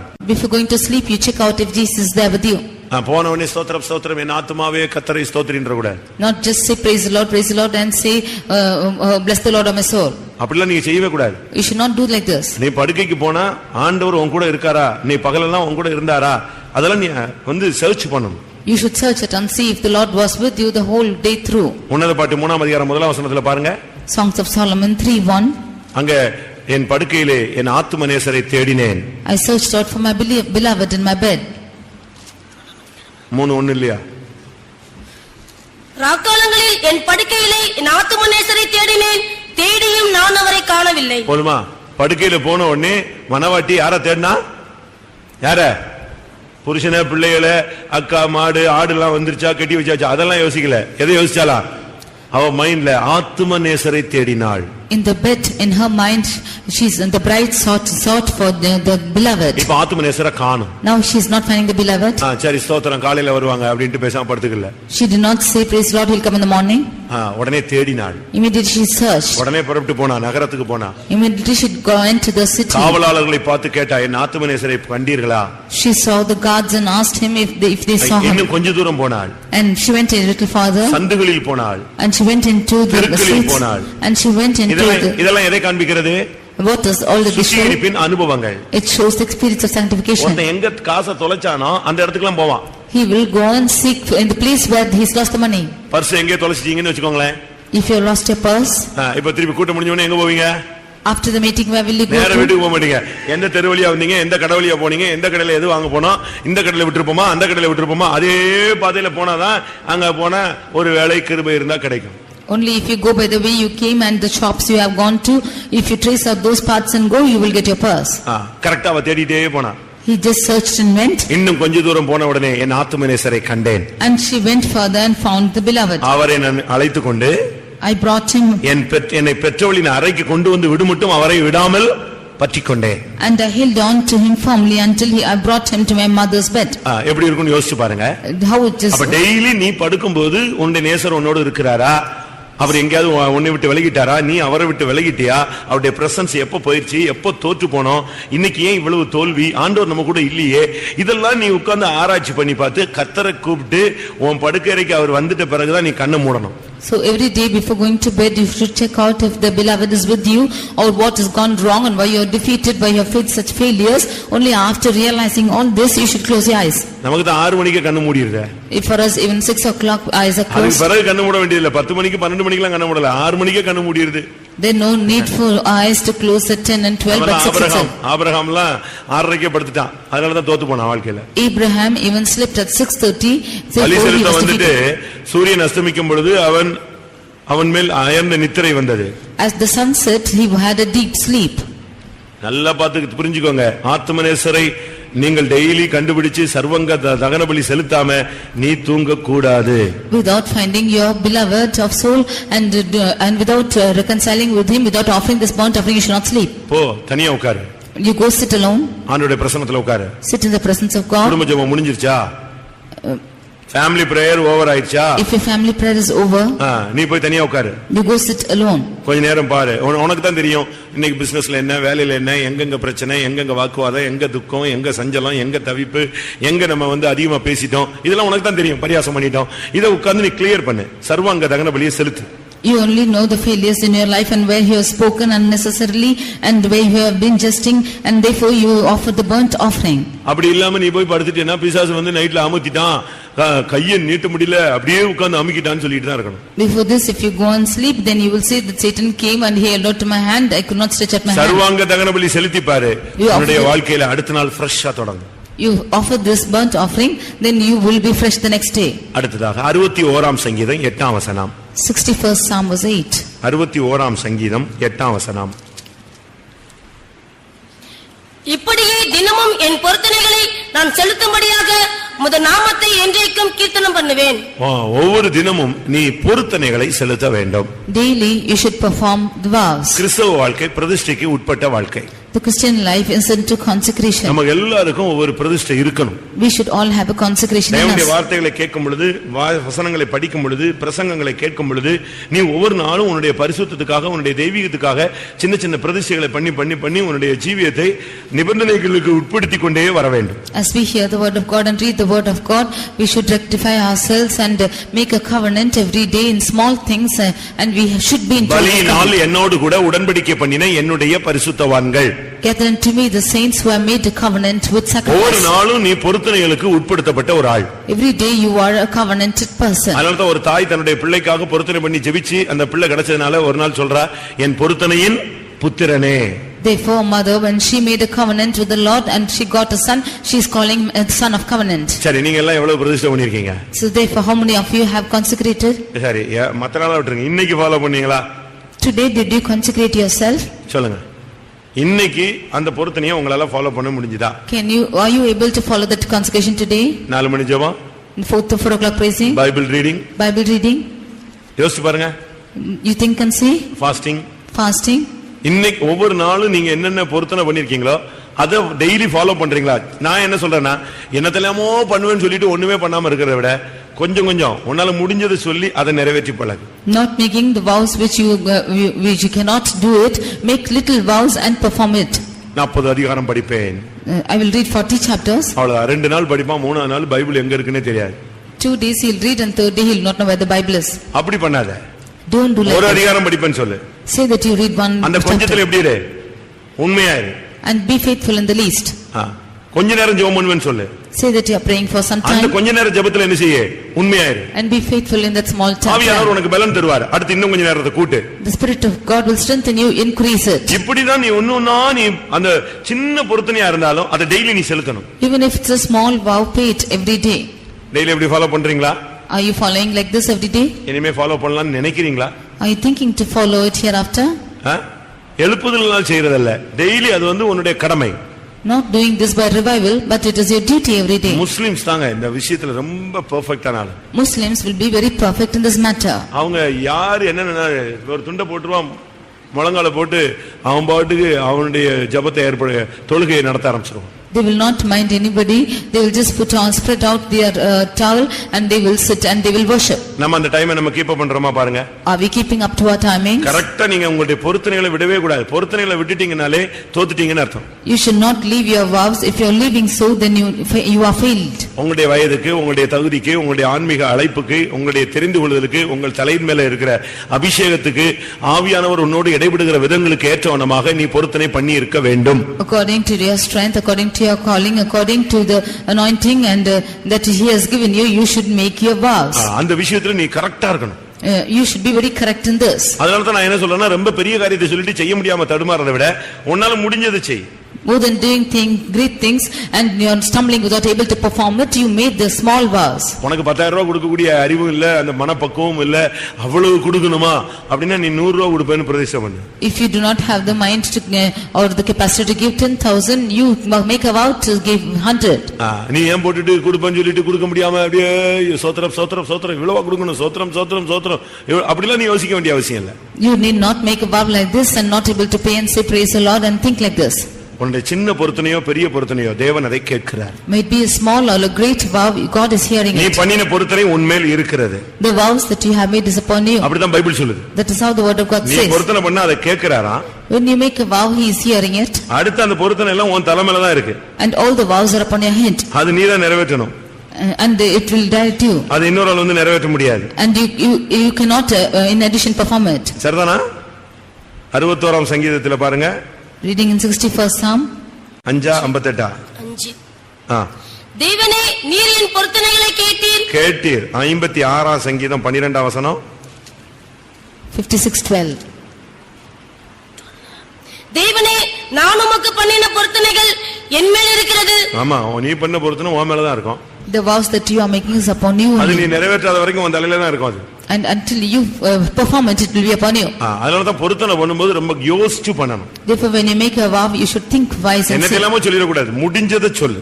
Do not say anything you want, just what you can you say. உன்னுடைய பொருத்தனைகளை டெய்லி செய்யணும். You perform your vows every day. சாகுற வரைக்கும் உன்னுடைய பொருத்தனைகளை நீ விடவே கூடாது. Until death you should not leave the vows. நீங்க மிலிட்டரி எல்லாம் பாருங்க, அவங்க எல்லாம் யுத்தம் இருக்கோ இல்லையோ டெய்லி என்ன செய்யும், அவங்களுக்கு அந்த எக்சர்சைஸ் கம்பல்சரியா நடந்துட்டே இருக்கு. You see in military whether they have the war or not, they have to do the exercises every day. கடைசியாக Finally அப்போஸ்தலர் 17ஆம் அதிகாரம் Acts chapter 17 11ஆம் வசனம். verse 11. அப்போஸ்தலர் 17:11. அந்த பட்டணத்தார் மனோவாஞ்சையாய் வசனத்தை ஏற்றுக்கொண்டு காரியங்கள் இப்படி இருக்கிறதா என்று தினந்தோறும் வேத வாக்கியங்களை ஆராய்ந்து பார்த்ததினால் தெசலோனிக்கேயில் உள்ளவர்களை பார்க்கிலும் நற்குணசாலிகளாய் இருந்தார்கள். தினந்தோறும் வேத வாக்கியங்களை ஆராய்ந்து பார்த்தார்கள். They searched the scriptures daily. Daily அவங்க வந்து தினந்தோறும் அந்த வேத வசனங்களை ஆராய்ச்சி பண்ணிட்டே இருப்பான். இப்படியா அப்படின்னா அப்ப நம்ம கேரக்டர் மாத்தணும், அப்ப இது சரியில்லை, இதுல நம்ம மாத்திக்கணும். இப்படியே மாத்தி மாத்தி மாத்தி அவங்க ஆராய்ந்து பார்த்து கடைசியாக நற்குணசாலிகளாக மாறிவிட்டார்கள்.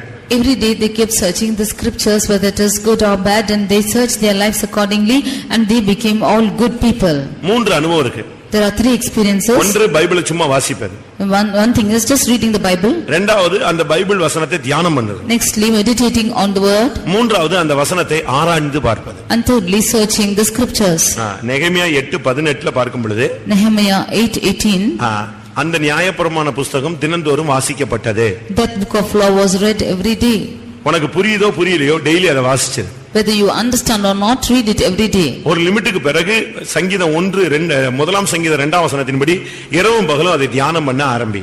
After a certain limit you have to meditate on these words as in Psalm 1:2. மூன்றாவது அப்போஸ்தலர் 17:11 தினந்தோறும் அதை ஆராய்ச்சி பண்ணு. And according to Acts 17:11 you have to search the scriptures every day. அப்பொழுது நீ நற்குணசாலியாய் மாறுவாய். Then shall you become more noble. அப்பொழுது நீ தேவனுடைய மகிமையை காண்பாய். You can then see the glory of God. அப்படிதான் சங்கீதத்தில் சொல்லி இருக்கிறது, வேத வசனங்களை ஆராய்ச்சி பண்ணும்படியாக உம்முடைய மகிமையை பார்க்கும்படியாக என்று அங்கே சொல்லப்பட்டிருக்கிறது. That is how in Psalm we see that it is written, I delight to see thy glory and search the scriptures. தேவனுடைய பிள்ளை தினமும் செய்ய வேண்டிய 8 பணிகள். There are 8 duties that a child of God should do daily. ஒன்று மாம்சத்திலே பாவத்துக்கு மரிப்பது.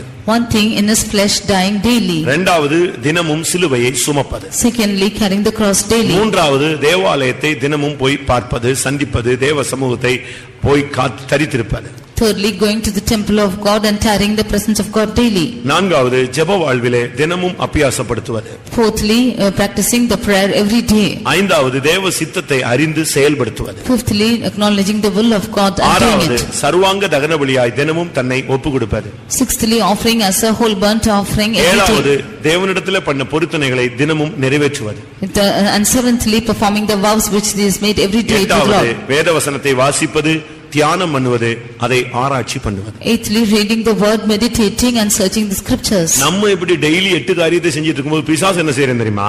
When we are doing all these 8 things every day, what does Satan do? தானியேல் இப்ப பிசாசு செய்யற 2 காரியத்தை சொல்லுகிறேன். I tell you of 2 things which Satan is doing. தானியேல் 1ஆம் அதிகாரம் 5ஆம் வசனம். Daniel 1st chapter verse 5. இந்த ராஜா என்ன பண்ணான் தெரியுமா? அந்நிய நேபுகாத்நேச்சாரு பாபிலோனின் ராஜா டெய்லி இந்த ஜனத்துக்கு போஜனத்தை கொடுக்கிறது தான் அவனுடைய வேலை. Every day the duty of Nebuchadnezzar king of Babylon was to feed the people with food every day. ராஜா தான் உண்ணும் போஜனத்திலேயும் தான் குடிக்கும் திராட்சரசத்திலேயும் தினம் ஒரு பங்கை அவர்களுக்கு நியமித்து தினமும் ஒரு பங்கை நியமித்து இந்த சாத்ராக், மேஷாக், ஆபேத்நேகோ, தானியேல் இவங்களுக்கு கொடுத்து எப்படியாவது இவங்களை தீட்டுப்படுத்தணுங்கிறது அவனுடைய mind. It was in his mind to provide food every day to the Shadrach, Meshach and Abednego and defile them. அதுபோல like this. பிசாசு என்ன செய்றான் தெரியுமா? What does Satan do? இப்பிரபஞ்சத்தின் அதிபதி என்ன செய்றான் தெரியுமா? The one who is வான மண்டலங்களில் உள்ள பொல்லாத ஆவிகளுடைய சேனை என்ன செய்யுது தெரியுமா? the host of evil daily நம்ம தீட்டுப்படுத்துறதுக்கு ஏதாவது ஒண்ணு செஞ்சுக்கிட்டே இருப்பான். every day is doing something to defile us. உன்னை கோபம் மூட்டுற மாதிரி, he is someone wanting to உன்னுடைய ஆசையை தூண்டுற மாதிரி, in order to increase your lust, உன்னுடைய இச்சைகளை தூண்டுற மாதிரி, in order to increase your desires, மனித மாம்சீக நேசங்களை கொண்டு வந்து and bringing in carnal affections, பணத்தின் மேல ஆசையை கொடுத்து and making you lust after சரீர money, இச்சைகளை உனக்குள்ளே உண்டு பண்ணி, and increasing the lust of உன் flesh in you, எண்ணங்களை சிதறடித்து, and scratching your mind, போஜனத்தினால் உன்னை தீட்டுப்பட வைத்து, and by your meat making to defile, உன்னை கரை உள்ளவனாய் மாற்றும்படியாக இந்த ஆவி இன்னொரு விதத்துல போராடிக்கிட்டே இருக்கு. and he is making you defiled in another way. சண்டை போட வைப்பான், He is making you to quarrel, வாக்குவாதம் பேச he is வைப்பான், making you to நியாயம் பேச speak, வைப்பான், and he is making you to judge, குற்றஞ்சாட்ட வைப்பான், he is making to accuse, கேள்வி கேட்க வைப்பான். he is making you to question. இதெல்லாம் நீ நினைக்கிறது பெரிய திறமைன்னு, இது திறமை இல்ல. அவன் உன்னை ஆபரேட் பண்றான்னு அர்த்தம். These are not your talents, but he is operating you. அவன் பாருங்க, தினமும் அந்த ராஜா தன்னுடைய சாப்பாட்டுல இருந்து ஒரு போர்ஷன் அனுப்பி அவங்களுக்கு கொடுன்னு சொல்றது. You see that king is giving him a daily provision of the king's meat and giving them. Daily உன்னை தீட்டுப்படுத்துறதுக்கு ஏதாவது வழி இருக்கான்னு அவன் ட்ரை பண்ணிட்டே இருக்கான். He is trying us to the ways that he can defile you every day. இந்த 4 பேர் மட்டும் தான் அதுல இருந்து தப்புனாங்க, மத்தவங்க எல்லாம் நல்லா சாப்பிட்டு கொழுத்து போய் தான் இருந்தாங்க. Only these 4 of them escaped to him, all the others ate well and went. உங்களுக்கு எத்தனை பேருக்கு இப்படிப்பட்ட பிசாசுடைய தாக்குதலை நீங்க ஃபீல் பண்றீங்க? How many of you are feeling the attack of Satan like this? இரண்டாவதாக, Secondly, நியாயாதிபதிகள் 16:16, Judges 16:16. அங்கே அந்த தெலீலாள் அந்த சிம்சோனை தினம்தோறும் வேதனைப்படுத்தினார். We see that Delilah is troubling this Samson every day. இப்படி அவனை தினம் தினம் தன் வார்த்தைகளினாலே நெருக்கி அலட்டிக் கொண்டிருந்ததினால் சாகத்தக்கதாய் அவனை ஆத்துமா விசனப்பட்டு. அவர்க சிம்சோன் எவ்வளவு பெரிய வல்லமை உள்ள ஆள் தெரியுமா? You know what a powerful man was Samson. வல்லமையான ஒரு மனிதனை டெய்லி போட்டு அந்த பெண்ணு தினந்தோறும் அவனை அலட்டிக்கிட்டே இருக்கிறது, பிரச்சனையை கிளப்பிக்கிட்டே இருக்கிறது. This girl is always bringing in problems every day and urging him like this. மனைவி மாரெல்லாம் தெலீலா மாதிரி மாறக்கூடாது. And all the wives should not be like Delilah. சில புருஷன் மாதிரி தெலீலா மாதிரி மாறிடுவாங்க. Some of the husbands are like Delilah. Daily ப்ராப்ளத்தை கிளப்பிட்டே இருப்பான். இப்படி செஞ்சா தப்பு, அப்படி செஞ்சா தப்பு, அது செஞ்சா தப்பு, இதை செஞ்சா தப்பு, ஒரே காரியத்தை டேப் ரெக்கார்ட் மாதிரி புலம்பிட்டே இருப்பாங்க. Every day they keep repeating, saying whether you do this or that you are wrong, and somehow they keep commenting on it. அவள் தினந்தோறும் அவனை அலட்டி அலட்டி அலட்டி அவனை போட்டு உருட்டி கடைசியில் அவன் சாகத்தக்கதாக ஆத்மாவில் விசனப்பட்டு தாம் பிரதிஷ்டையை வெளியே சொல்லிட்டான். She pressed him daily with her words, and that his soul was vexed to death. He told her what his secret was. நம்மில யாராவது அப்படி ஆளு இருக்கா? Is there any person like that in us? இப்படிப்பட்ட ஆளை பார்த்தா சபையில ஒழிச்சிரணும் அந்த ஆளு. If there is such a person in the church, you should destroy them. இது ஒரு ஆவி, பிசாசுனுடைய ஆவி. This is a spirit of devil. தினம் தினம் அலட்டி கொண்டே இருக்கிற ஒரே மேட்டரை பேசி பேசி பேசி பேசி பேசி பேசி அப்படி யாராவது அந்த ஆவியா தெலீலா ஆவி யாருக்குள்ள இருக்கா? Is there a spirit of Delilah pressing every day by words? நல்லா புரிஞ்சுக்கோங்க, அப்படினா பிசாசு உன்னை கண்ட்ரோல் பண்ணிட்டான், உன்னை வச்சு ஆபரேட் பண்றான் ஃபேமிலியை குழப்பறதுக்கு. You understand well, if so you are operated by Satan, and he is அது ஊழியர்களுக்குள்ள வந்துச்சுனா சபையை அலக்கழிக்க ஆரம்பிச்சிருச்சுன்னு அர்த்தம். If that is coming into the servants of God, it's shaking the church. அநேகருடைய பிரதிஷ்டை நஷ்டமாகும். Many of their consecrations will be lost. அநேகருடைய பரிசுத்தம் நஷ்டமாகும். Many holiness will be lost. அநேகருடைய தெய்வீகம் நஷ்டமாகும். Many of their divinity will be lost. அநேகருடைய தரிசனம் நஷ்டமாகும். Many of their vision will be lost. பாருங்க, கடைசில Simpson 2 கண்ணும் குருடா தான் கிடந்தான். Finally Samson was blinded in 2 eyes. ஒன்று உன்னை தீட்டுப்படுத்த பிசாசு எத்தனிப்பான், இரண்டாவது உன்னை அலட்டி அலட்டி அலட்டி உன்னை போட்டு குழப்பிக்கிட்டே இருப்பான். One thing, he wants to defile you, or he wants to press you and confuse you. இவைகளுக்கு மத்தியில In the midst of all this, தேவன் என்ன செய்கிறார்? டெய்லி தேவன் என்ன செய்கிறார்? every day what God is doing. அவர் எப்படி பணிபுரிகிறார் பாருங்க. See what he is doing every day. எரேமியா 7 அதிகாரம் 25 வசனம். Jeremiah 7:25. எரேமியா 7:25. உங்கள் பிதாக்கள் எகிப்து தேசத்திலிருந்து புறப்பட்ட நாள் முதல் இந்நாள் மட்டும் நான் தீர்க்கதரிசிகளாகிய என் ஊழியக்காரரை எல்லாம் தினம் தினம் உங்கள் அண்டைக்கு ஏற்கனவே. ஆண்டவருடைய வேலை என்ன தெரியுமா? டெய்லி எப்படியாவது தன்னுடைய பிள்ளைகள் பாதுகாக்கப்படணும், தன்னுடைய பிள்ளைகள் பிரதேசத்தில் நிக்கணும், தன்னுடைய பிள்ளைகள் சரியா இருக்கணும், வேலி அடைக்கப்படணும், அவங்க நஷ்டம் அடைஞ்சிடக்கூடாது. டெய்லி யார் அனுப்பிக்கிட்டே இருக்கிறாரு? ஊழியர்களை அனுப்பிக்கிட்டே இருக்கிறார். Daily the word of the Lord is that he should preserve his people, that they should not lose their holiness, they should stand their consecration. He is sending his servants. இந்த வசனத்தை நல்லா கவனிங்க. You hearken to this verse. அவன் தீட்டுப்படுத்துறதுக்காக போஜனத்தை அனுப்பிக்கிட்டே இருக்கான். He is sending food that he might defile. தீட்டுப்படுத்துறதுக்காக அவனை விளைவிக்கிறதுக்காக பெண்களை அனுப்பிக்கிட்டே இருக்கிறான். He is sending girls that he might defile them and making the fall. இச்சைகளை அனுப்பிக்கிட்டே இருக்கிறான். He is sending lusts. பலவீனங்களை அனுப்பிக்கிட்டே இருக்கிறான். He is sending weakness. ஆனா தேவன் என்ன செய்றாரு? But what is God doing? இவனை ஸ்டாண்ட் பண்றதுக்காக டெய்லி யாரை அனுப்புறாரு? ஊழியர்களை அனுப்பிட்டே இருக்கிறார். That he might stand up, he is sending his servants. யார் அவருடைய ஊழியர்கள்? Who are the servants? வசனம் ஒரு ஊழியம் வசனம் ஒரு ஊழியன். The word of God is a servant. வசனம் ஒரு ஊழியத்தை செஞ்சிட்டே இருக்கு. The word of God is doing. அது அனுப்பின காரியம் செய்யாம என்ன செய்யாது? திரும்பி போகாது. It will not return back without doing its work. தூதர்களை அனுப்புகிறார். He sent his angels. ஊழியக்கார brothers sisters அனுப்புகிறார். He is sending the servants brothers and sisters. ஒரு தரிசனத்தை அனுப்புகிறார். And he is sending a vision. ஒரு சொப்பனத்தை அனுப்புகிறார். He is sending a dream. ஒரு எச்சரிப்பை அனுப்புகிறார். He is sending a caution. ஒரு உணர்த்துதலை He அனுப்புகிறார். is sending you an ஒரு தெய்வ invitation. பயத்தை அனுமதிக்கிறார். Sending you this fear of ஒரு God. கண்டிப்பை ஒரு அடியை உண்டாக்குகிறார். Sending you a இதெல்லாம் யாரு? condemnation. தினமும் தேவன் அனுப்புகிற ஊழியர்கள். All these are the servants with his Lord. ஏதாவது ஒரு விதத்துல உன்னை கரெக்ட் பண்றதுக்காக டெய்லி அவரும் விடாம கிரியை செஞ்சிட்டே இருக்கிறார். He, in order to correct you, he is doing his work every day. ஒரு அடியின் மூலமாக, He might give you ஒரு chastisement சோதனையின் மூலமாக, through a temptation, ஒரு கண்டிப்பின் மூலமாக, through a correction, ஒரு சிட்சையின் மூலமாக, through some ஒரு வசனத்தின் மூலம், தரிசனம் மூலம், சொப்பனம் மூலம், ஏதாவது ஒரு விதத்துல யார் மூலமாவது உனக்கு ஒரு ஊழிய வேலையை உனக்குள் நடப்பிக்கிறார். through vision or a dream or anything else, or through his word, he is somehow doing his work. அப்படி டெய்லி எப்படியாவது தேவனுடைய வல்லமையை நீங்கள் சந்திக்கிறீர்களா? Are you facing such powers every day? ஒரு உணர்வு வருதா? Is there a conviction? ஒரு பயம் வருதா? Do you have a fear? ஒரு இருதயம் குத்துதல் உண்டாகுதா? Do you have a pricking of heart? அப்படி ஒண்ணுமே இல்லைன்னா உனக்கு அவர் அனுப்புற ஆள் வந்து சேரலன்னு அர்த்தம். If so, the person who is sending is not coming to you. நீ அவுட் ஆஃப் ரேஞ்சில் இருக்கிற. You are out of range. கட்டுப்பாடற்ற பகுதியில நீ போய் விட்டாய். You have gone beyond control. தொடர்பு எல்லைக்கு வெளியே போய் விட்டாய். You have gone beyond the reach. தேவனை விட்டு நீ ரொம்ப தூரம் போயிட்டேன்னு அர்த்தம். You have gone far from God. அவர் விடவே மாட்டார். உனக்காக எதையாவது அனுப்பிட்டே இருப்பார். He will not leaving you, sending something or the other. இரண்டாவது அவர் என்ன செய்றார் தெரியுமா? Secondly, what does he do? அப்போஸ்தலர் 2:47 படி ரட்சிக்கப்படுகிறவர்களை சபையிலே சேர்த்துக்கொண்டே வருகிறார். Acts 2:47, he is adding together to the church the ones who are saved. தேவனை துதித்து ஜனங்கள் எல்லாரிடத்திலும் அதுதான் வாசிங்க. தயவு பெற்றிருந்தார்கள். ரட்சிக்கப்படுகிறவர்களை கர்த்தர் அனுதினமும் சபையிலே சேர்த்துக் கொண்டு வந்தார். ரட்சிக்கப்படுகிறவர்களை கர்த்தர் சபையிலே அனுதினமும் சேர்த்துக்கொண்டே வந்தார். He was adding to the church daily. ஆத்துமாக்களை சேர்க்கிறது, ஜெபிக்கிறது நம்முடைய பகுதி. சேர்ப்பது யாருடைய பகுதி? டெய்லி தேவன் தான் அந்த வேலையை செய்றார். It is the part of us to pray, but it's the part of God to add people to the church daily. Daily சேர்த்தாராம். He added daily. ஆரம்ப காலங்களில் பாருங்க தேவனுடைய கிரியை எவ்வளவு மகத்தாக இருந்தது. See how great was the work of God in the beginning days. பாருங்க தேவன் தன்னுடைய வேலையை செய்றார், பிசாசு தன்னுடைய வேலையை செய்றான், சிருஷ்டிகள் எல்லாம் தன்னுடைய வேலையை செய்து நாம் நம்முடைய வேலையை செய்றோமா? When God is doing his work, Satan is doing his work, the creations are all doing his work. Daily தேவன் தன்னுடைய ஊழியர்களை அனுப்புகிறார். Every day God is sending his servants. Daily பூமியிலே ஜனங்களை ரட்சித்துக் கொண்டே வருகிறார். Every day God is saving his people. இவைகளுக்கு மத்தியிலே டெய்லி ஜனத்தை தீட்டுப்படுத்த பிசாசு கிரியை செய்து கொண்டே இருக்கிறார். Every day in the midst of this, Satan is waiting to defile his உன்னுடைய people. பிரதிஷ்டையின் ஆழத்தை கண்டுபிடித்து உன்னை வைக்க முடியாது டெய்லி உன்னை அலட்டிக் கொண்டே இருக்கிறார். He is tormenting you to diminish your சர்வ சிருஷ்டியும் தேவனுக்காக தினந்தோறும் பணி செய்து கொண்டே வருகிறது. The whole creation is doing its work every day to God. ஆனால் நீயும் நானும் தினந்தோறும் நாம் செய்ய வேண்டிய காரியங்களை செய்கிறோமா? But are we doing the work every day what we have to do? காலையில சாப்பிட்டுறோம், காபி குடிச்சிடுறோம், பல் விளக்கிறோம், பரப்பிட்டுறோம், இதெல்லாம் கரெக்டா செஞ்சிரோம். We are eating in the morning and drinking coffee, we are brushing our teeth and going to தினம் மாம்சத்துக்கு பாவத்துக்கு சாகிறோமா? But are we dying to the flesh and lust? தேவன் நியமித்த சிலுவையை சுமக்கிறோமா? Are we carrying the cross daily? அனுதினம் தேவ சமூகத்துக்கு வருகிறோமா? Are we coming to the presence of God daily? அனுதினம் தேவ ஜெபத்தில் தரித்திருக்கிறோமா? Are we tarrying in prayer every day? அனுதினம் தேவ சித்தம் செய்கிறோமா? Are we doing the will of God daily? அனுதினம் சர்வாங்க தகன பலியாய் நம்மை பலியிட ஒப்புக்கொடுக்கிறோமா? Are we yielding ourselves for the burnt offering daily? நாம் பண்ணின பொருத்தனைகளை தினமும் நிறைவேற்றுகிறோமா? Are we paying the vows daily?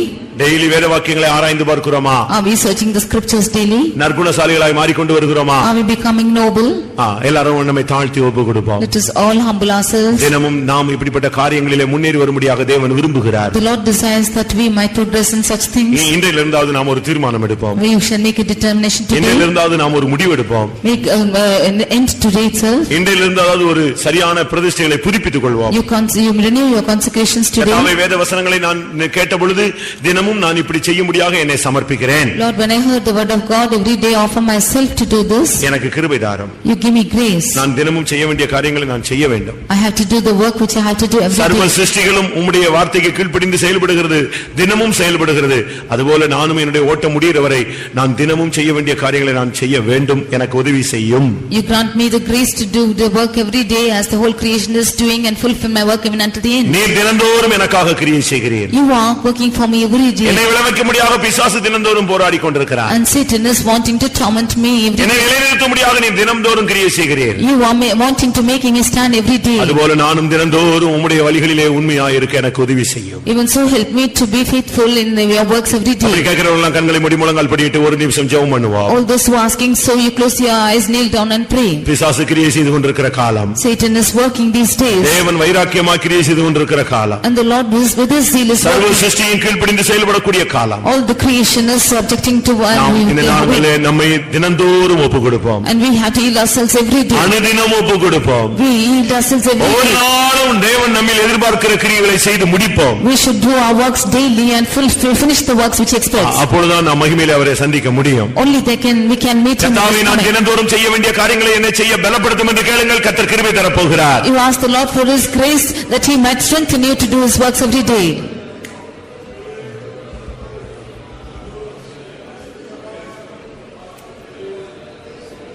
Hallelujah, hallelujah, hallelujah, hallelujah. Praise you God, praise you God, praise you God, praise you God. Hallelujah, hallelujah, hallelujah, hallelujah, hallelujah, hallelujah. ஆமென். எத்தனை பேர் உணர்த்தப்படுகிறீர்கள்? தினந்தோறும் நான் செய்ய வேண்டிய காரியங்களை செய்யாமல் அசதியாக பலவீனத்துக்கு ஒப்பு கொடுத்து சூழ்நிலைகளுக்கும் காரணங்களுக்கும் பேசிக்கொண்டு நான் தினந்தோறும் தேவனிடத்தில் செய்து கொண்ட பொருத்தனைகளை நான் நிறைவேற்றவில்லை என்று எத்தனை பேர் ஃபீல் பண்றீங்க? உணர்த்தப்படுவது நல்லது, அதை செயல்படுத்துவது அதைவிட நல்லது. கர்த்தர் உங்களுக்கு இப்ப கிருபை தருவார். சோர்ந்து போகாதிருங்கள். ஹல்லேலூயா. இனிமேலும் நான் இன்றைக்கு வேத வசனத்தின்படி இந்த 8 காரியங்களை நான் தினந்தோறும் பயிற்சி செய்வேன் என்று சொல்லி ஒப்புக்கொடுங்கள். கர்த்தர் அதுக்குரிய கிருபையினால் உங்களை நிரப்பி அனுப்பட்டும். ஹல்லேலூயா, ஹல்லேலூயா. கர்த்தர் உங்கள் துருத்தியை நிரப்பட்டும். புதிய கிருபையினால் வல்லமையினால் நிரப்பட்டும். ரகதனி மெஹரபா திதா கதா உஷானாம் துதா பாலாகத்.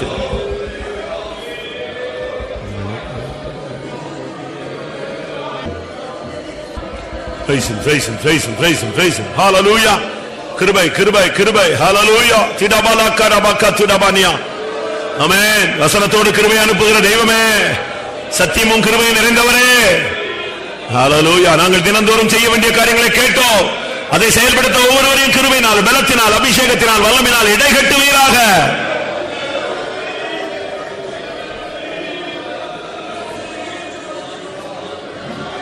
ரீபாலோ. ஆமென். கர்த்தருடைய சமூகத்துக்காய் ஸ்தோத்திரம் பண்ணுவோம். தினந்தோறும் நாம் செயல்படுத்த வேண்டிய காரியங்களை தேவன் நமக்கு போதித்தபடினால ஸ்தோத்திரம் பண்ணுவோம். அதை பயிற்சி வைக்க கிருபை தரும்படியாய் ஸ்தோத்திரம் பண்ணுவோம். ஸ்தோத்திரம், ஸ்தோத்திரம், ஸ்தோத்திரம், ஸ்தோத்திரம். ஒவ்வொரு நாளும் இதை பயிற்சி வைத்து அதை கடைபிடித்து அதை செயல்படுத்தி ஜெயித்து இயேசு முழுவதும் அவரை சந்திக்க உதவி செய்ய முடியாது. ஸ்தோத்திரம் பண்ணுவோம். பிதா குமாரன் பரிசுத்த ஆவியானவருக்காய் ஸ்தோத்திரம் பண்ணுவோம். எல்லா மகிமையும் அவருக்கே செலுத்தி ஸ்தோத்திரம் பண்ணுவோம். ஜெபம் பண்ணுவோம்.